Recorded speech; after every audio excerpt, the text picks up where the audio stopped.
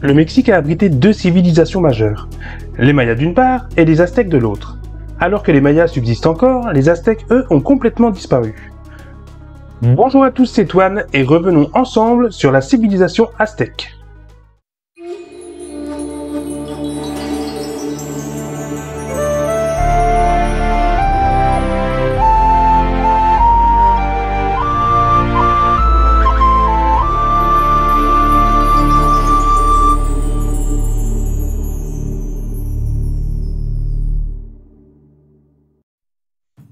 Les Aztèques étaient un peuple amérindien sédentaire localisé dans le plateau central du Mexique, dans la vallée de Mexico, au début du IVe siècle. Ils vivaient sur une île du lac Texcoco, aujourd'hui complètement disparue sous la capitale. Au début du VIe siècle, les Aztèques avaient atteint un niveau de civilisation parmi les plus avancés d'Amérique et dominaient grâce à la Triple Alliance le plus vaste empire mésoaméricain. Mais avant de continuer, il est important qu'on parle de la fameuse Triple Alliance. C'était une institution politique préhispanique du centre de l'actuel Mexique, nommée Excan-Tlahtoloyan, qui signifie tribunal des trois sièges. Quand on parle des Aztèques, on fait en fait référence à cette triple alliance qui réunit trois peuples, les Mexicas, les Acoluas et les Tepanecs. Bien, maintenant on va pouvoir continuer sur l'histoire de cette grande civilisation.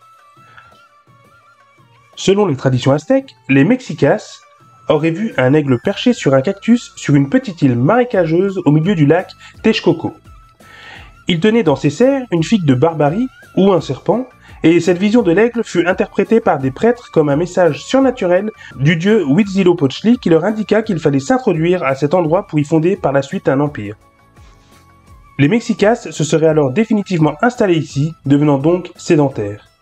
Ils ont par la suite agrandi progressivement leur village pour en faire la cité de Mexico Tenochtitlan. Devenu un État, Tenochtitlan devient alors progressivement le plus puissant sur le plateau central du Mexique. Il réussit à imposer sa domination sur la vallée puis à étendre son influence depuis le golfe du Mexique à l'est jusqu'au littoral du Pacifique à l'ouest et depuis les frontières du royaume Tarasque jusqu'à l'isthme de Tehuantepec au sud. L'Empire aztèque connut son apogée sous le règne d'Ahuitzotl entre 1486 et 1502. Les Mexicas attribuaient leur succès à Huitzilopochtli. L'empire qu'ils bâtirent rapidement et la soumission des nations occupant le territoire trouvaient leur légitimité dans le fait que les Aztèques étaient d'après eux-mêmes le peuple du soleil pour diriger le monde.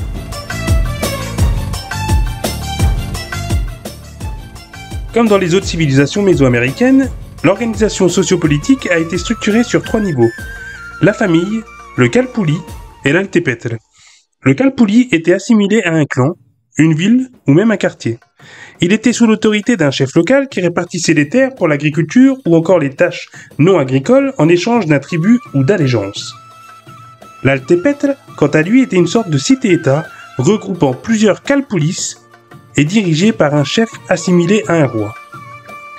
Ces cités-États pouvaient conclure des alliances comme celle qui unissait la Triple Alliance. Lorsqu'un altépetl étendait sa domination à d'autres, on lui donnait alors le nom de Grand Altépetl. Bien que la forme du gouvernement fasse souvent référence à un empire, en fait, la plupart des régions étaient organisées sous forme d'altépetl. À l'origine, la structure tribale des Aztèques, avant qu'ils ne se sédentarisent, était égalitaire et fondée sur des clans. Au moment de la conquête espagnole, ce n'était plus le cas. La classe la plus élevée était une sorte d'aristocratie héréditaire nommée les Piplines. La seconde catégorie était les Macehualtines, paysans d'origine. À son apogée, seulement 2% de la population se consacrait à l'agriculture et à la production alimentaire. Les 80% restants de la société étaient des guerriers, des artisans ou des commerçants. Finalement, la plupart des Macehualtines se consacrèrent à des métiers d'art. Les œuvres constituaient une source de revenus importante pour la ville. Les marchands itinérants, quant à eux, constituaient une classe à part. Petite mais importante pour son rôle dans le commerce, mais aussi pour le rôle d'informateur du pouvoir. L'économie aztèque peut être divisée en un secteur public placé sous le contrôle des nobles et du roi, et un secteur commercial qui fonctionnait de manière indépendante du pouvoir politique. Le secteur public de l'économie reposait sur le contrôle des terres. Les Massé-Waltin avaient accès aux terres agricoles et à d'autres domaines grâce à des arrangements. Ce système permettait à la haute noblesse d'avoir un mode de vie somptueux. Ainsi, de nombreuses marchandises de luxe étaient produites pour la consommation des nobles.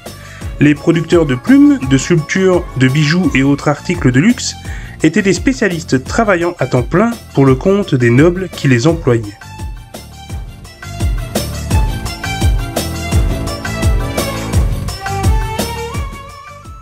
En 1519, le conquistador Hernán Cortés débarque sur la côte mexicaine. Ce dernier, avec une armée de 400 soldats, conclut une alliance avec la confédération des Tlaxcala, qui est depuis longtemps ennemie des Aztèques.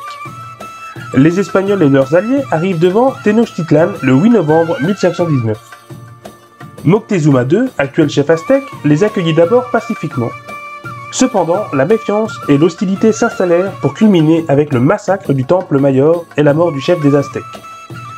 Les conquistadors fuirent la ville le 1er juillet 1520 après des affrontements sanglants en concédant de lourdes pertes espagnoles. Avec la mort de Moctezuma II, c'est Cuitlahuac qui lui succéda, mais son règne fut bref car il succomba à une épidémie de variole. Cuauhtémoc fut alors intronisé empereur et opposa une grande résistance aux Espagnols lorsque ceux-ci revinrent pour assiéger Tenochtitlan au printemps 1521. Le 13 août de la même année, les Espagnols réussissent à entrer dans la cité en ruine après de longues semaines de siège. Ils exécutèrent Cuauhtémoc en 1524, ce qui marqua la fin de l'Empire aztèque. La conquête espagnole fut étrangement rapide et fulgurante. Cependant, les conquistadors ont largement bénéficié de l'aide de nombreux peuples indigènes. Ils étaient jusqu'à plusieurs dizaines de milliers de combattants lors du siège de Tenochtitlan. De plus, les Aztèques ont été largement affaiblis par diverses maladies transportées d'Europe vers l'Amérique, comme par exemple la variole. Et enfin, la technologie plus avancée et la supériorité tactique des Espagnols leur a permis d'obtenir un avantage considérable. En à peine 100 ans après la conquête espagnole, les Aztèques étaient passés de 20 millions à peine 1,6 million, soit une diminution de 90%.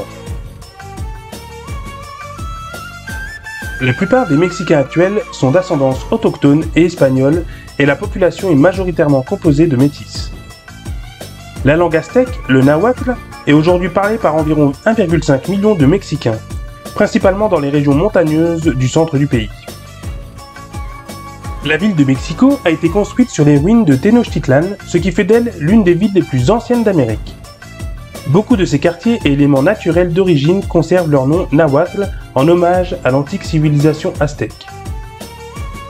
La cuisine mexicaine est aussi notamment basée sur des produits locaux comme le maïs, la tomate, le piment ou encore le cactus, tout comme les préparations culinaires comme la tortilla, le tamalé, le mole et autres plats qui étaient largement consommés par les Aztèques. On peut aussi retrouver sur le drapeau mexicain l'aigle, symbole de la migration des Mexicas. Et voilà les amis, la vidéo est maintenant terminée. J'espère qu'elle vous a plu et si c'est le cas, n'hésitez pas à lâcher un petit like, un petit commentaire et à activer la cloche des notifications afin d'être averti à toute nouvelle sortie de vidéo. Moi je vous dis à la semaine prochaine pour une nouvelle vidéo. Ciao!